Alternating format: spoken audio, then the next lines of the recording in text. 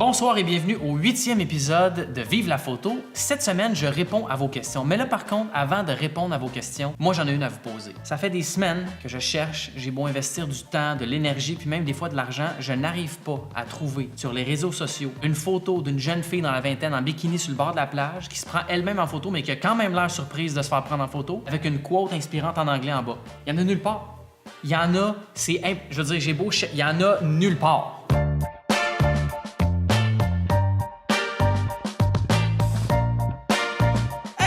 Cette semaine, je suis vraiment content de répondre à vos questions. Vous avez toujours des questions après les vidéos et ça veut dire deux choses. Premièrement, soit vous comprenez absolument rien. Deuxièmement, soit que j'explique comme de la merde. Fait que peu importe c'est quoi la raison, j'ai envie de répondre aux questions que vous me posez. Puis cette semaine, j'ai des questions qui sont quand même assez intéressantes parce qu'on va aller plus loin un peu dans la philosophie qui entoure la raison pour laquelle on fait de la photographie dans la vie. Première question, ça nous vient de mon ami Annie-Claude Dumais qui dit « J'adore tes capsules.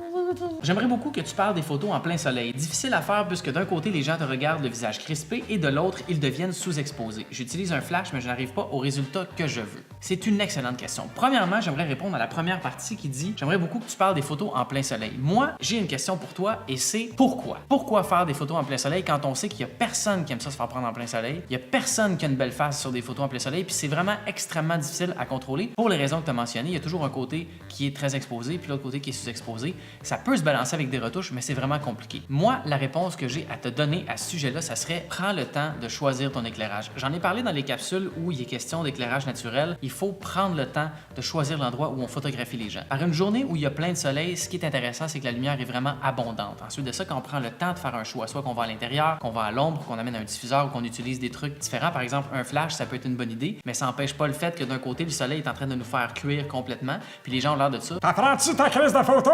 Le fait est que c'est beaucoup plus facile de choisir sa lumière que de se dire « Bon, mais c'est ça que j'ai, il va falloir que je fasse avec. » C'est sûr qu'il y a certaines situations dans lesquelles on n'a pas vraiment le choix de faire ça, mais quand on a le temps de choisir son emplacement pour la lumière, c'est vraiment important de ne pas être en plein soleil. Si on est en plein soleil, ce qu'on peut faire, c'est balancer le flash d'un côté avec la lumière qui vient de l'autre. Exactement comme j'ai montré dans la capsule sur la lumière naturelle, avec le carton blanc d'un côté. C'est beaucoup plus facile d'utiliser des cartons, des diffuseurs, des choses comme ça que d'utiliser un flash quand on commence en photographie, parce que les flashs peuvent être quand même assez difficiles à contrôler quand on n'a pas les notions de base pour le faire. Je vais probablement réserver une capsule juste pour ça d'ailleurs. Ça s'en vient. Je suis en train de vous mijoter ça, les petits amis.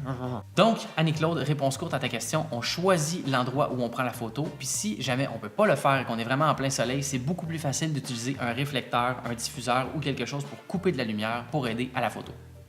Oh, Annie-Claude, encore une fois, qui me pose la question. Et aussi, j'ai comme trop de questions. Point d'exclamation, point d'exclamation, point d'exclamation. Pour un mariage, je veux un objectif qui est très lumineux, mais avec un bon zoom aussi, pour éviter de me déplacer dans l'église et de changer d'objectif aux 2 minutes. Tu conseilles quoi? Évidemment que tout le monde veut un objectif lumineux. Qu'est-ce qui fait qu'on dit qu'un objectif est lumineux? C'est son ouverture. C'est la capacité de l'iris de l'objectif à ouvrir le plus grand possible pour laisser passer la lumière. Ces objectifs-là, ma petite madame, ça se paye. Comme par exemple, moi j'ai shooté longtemps avec la Canon 70-200 2.8 mm, tourne autour de 2400 $ environ. C'est une excellente lentille, mais ça coûte vraiment très cher. Je vous suggère de la louer. C'est beaucoup plus rentable pour vous, dépendamment de c'est quoi le budget que vous avez à mettre dessus. Louez cette lentille-là. Toute bonne compagnie de photos, que ce soit Sony, que ce soit Olympus, Canon, Fuji, Nikon, name it, ont tous à peu près les mêmes affaires. Donc une 70-200 pour un mariage, pour moi, c'est quand même assez efficace. On peut être quand même assez proche à 70, puis à 200, on peut viser quand même assez loin. Fait que ça, pour moi, ça serait une bonne alternative, mais il faut savoir que ça vient avec un coût.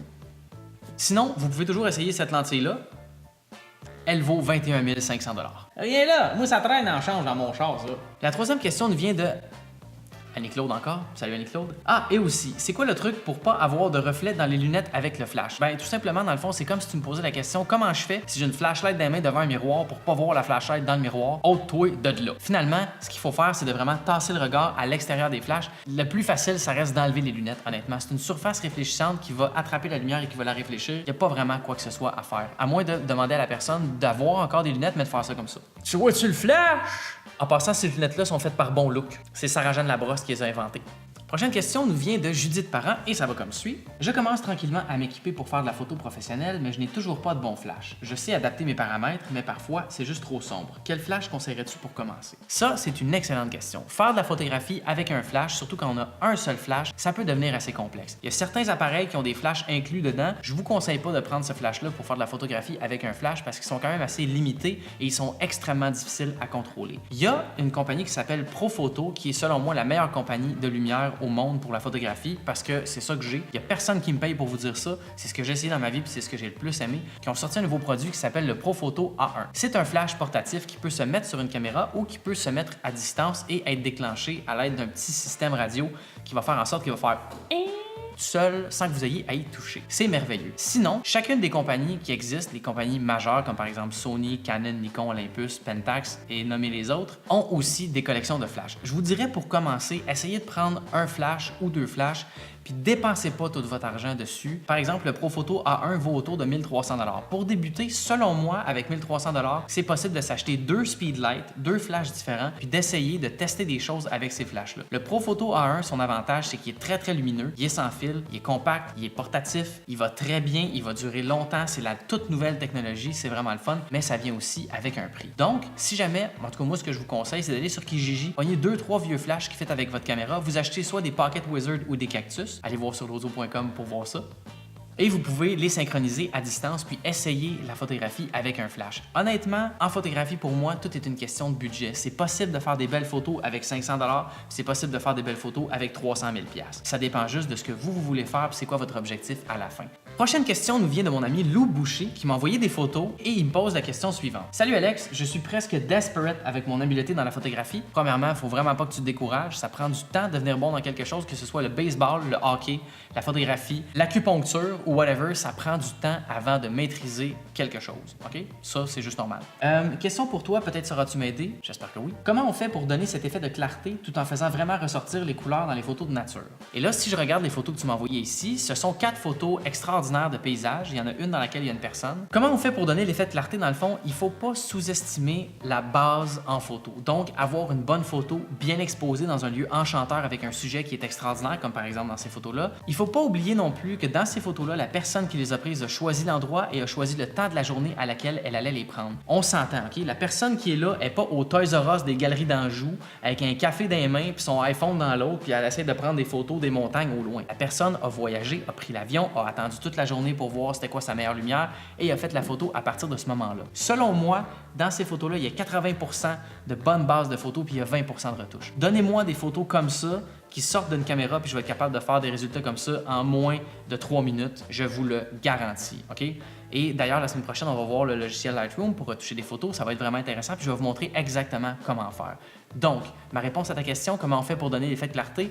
Va où il y a des montagnes, quand il fait vraiment soleil, puis arrange-toi pour prendre une bonne photo, puis après ça, passe aux retouches, 2-3 minutes, puis tu vas être capable de faire des photos comme ça. Tu me demandes, est-ce que c'est édité sur VSCO pour que tout soit uniforme sur les fameux Instagram ou bien c'est la lentille de l'appareil photo? Deux parties dans cette question-là. La première, est-ce qu'on a retouché ça dans VSCO pour que ce soit uniforme? Il y a comme une genre de croyance un peu étrange où les gens pensent qu'il y a un filtre sur VSCO que tu peux utiliser et qui fait en sorte que toutes tes photos ont l'air pareilles. Ça fonctionne pas vraiment comme ça. Les gens qui ont des feeds Instagram, des comptes Instagram où toutes les photos sont pareilles, vont s'arranger pour photographier dans des conditions qui sont similaires à toutes les fois. Ce que ça veut dire, c'est que par exemple, si on prend le compte Instagram de Marilou, qui est une personne que je connais quand même assez bien, les photos ont l'air d'être uniformes, mais Marilou utilise souvent le même filtre, elle aime les mêmes couleurs, puis elle est souvent dans le même environnement pour prendre des photos, ce qui fait en sorte que c'est relativement uniforme. Donc, l'uniformité de ces photos est multifactorielle. Il y a plusieurs choses qui rentrent en ligne de compte et c'est les choses que je viens de vous expliquer. Il n'y a pas un filtre qui va faire en sorte que n'importe quelle photo va avoir l'air